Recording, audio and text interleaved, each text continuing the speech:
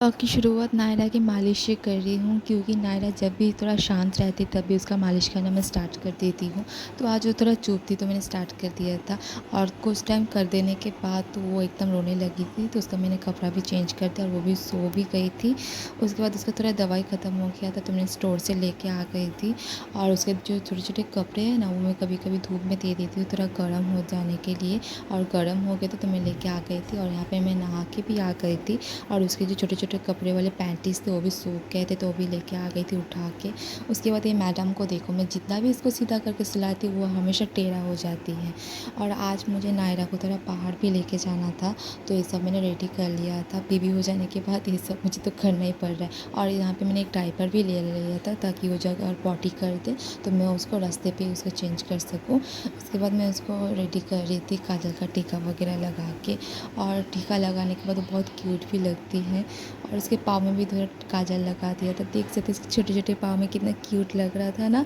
और यहाँ पे मैडम हो गई थी पूरा रेडी।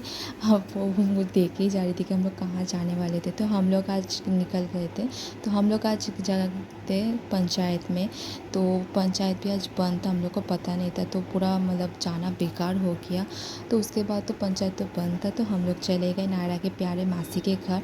और ये रही मेरी ननद जो दिल्ली से आई है, और उसकी मम्मी भी आई है खासकर नायरा से मिलने, और हम लोग के घर पे कुछ दिन के लिए रुकी है। तो यहाँ पे आंटी नायरा के साथ बहुत बात कर रही थी और नायरा कंटिन्यू उसको देखे ही जा रही थी। तो हम लोग बहुत टाइम वहाँ पे बैठने के बाद घर के लिए निकल चुके थे, तो हम लोग यहाँ पे घर पे पहुँच गए और नायरा भी सो के उठ गई थी। और बाहर इतना ज़्यादा गर्मी था कि क्या ही बताओ कैसा आप लोग को। तो उसके बाद तो ना मैं चली गई लंच करने के लिए। लंच में आज था मछली, साथ में था चिकन, और था कोफ्ता, चिकन कोफ्ता, और था दाल भात। तो आज तो बहुत लेट भी हो गया था क्योंकि हम लोग बाहर गए थे तो वहाँ से आने में लेट हो गया। उसके बाद नायरा को मैं आके थोड़ा क्लीन वगैरह कर रही थी, तो आज मुझे लंच करने बहुत ज़्यादा टाइम हो गया। लंच वगैरह करने के बाद मैं थोड़ा इधर उधर टहलने लगी थी, क्योंकि उसके बाद लंच करने के बाद हम लोग चले गए नायरा के पास। और नायरा को आज सुबह से मतलब तबीयत ख़राब था। नायरा आज सुबह से थोड़ा पॉटी वगैरह कर रही थी, उसके बाद मैंने उसका डायपर वगैरह चेंज कर दिया, और उसको पेट में दर्द भी हो रहा था जिस वजह से वो बहुत ज़्यादा रो रही थी।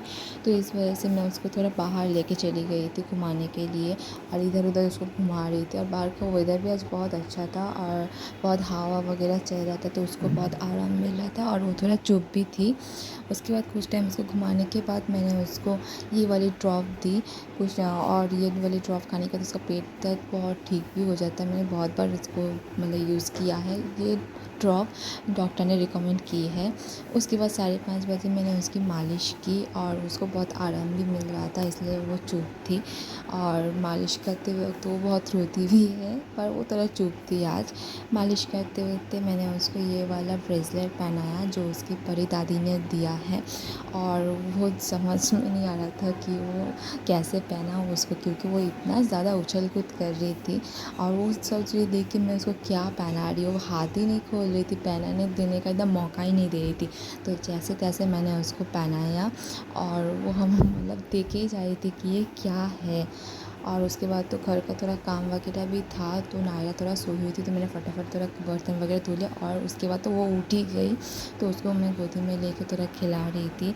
और यहाँ पे मैं आ गई थी दूध गर्म करने, और मेरी सास थोड़ा हॉस्पिटल गई थी क्योंकि उनका पापा का तबीयत ख़राब है तो वहाँ पे एडमिट है, तो मुझे सब कुछ संभालना पड़ा था। और बेबी को लेके एक हाथ में काम करना बहुत ही गाइस मुश्किल है। मुझे अभी पता चल रहा है कि माँ बनने के बाद मुझे हम लोग को क्या कुछ नहीं करना पड़ता है। तो मैं यहाँ पे नायरा को एक हाथ में लेके एक हाथ में मैं दूध वगैरह गर्म कर रही थी।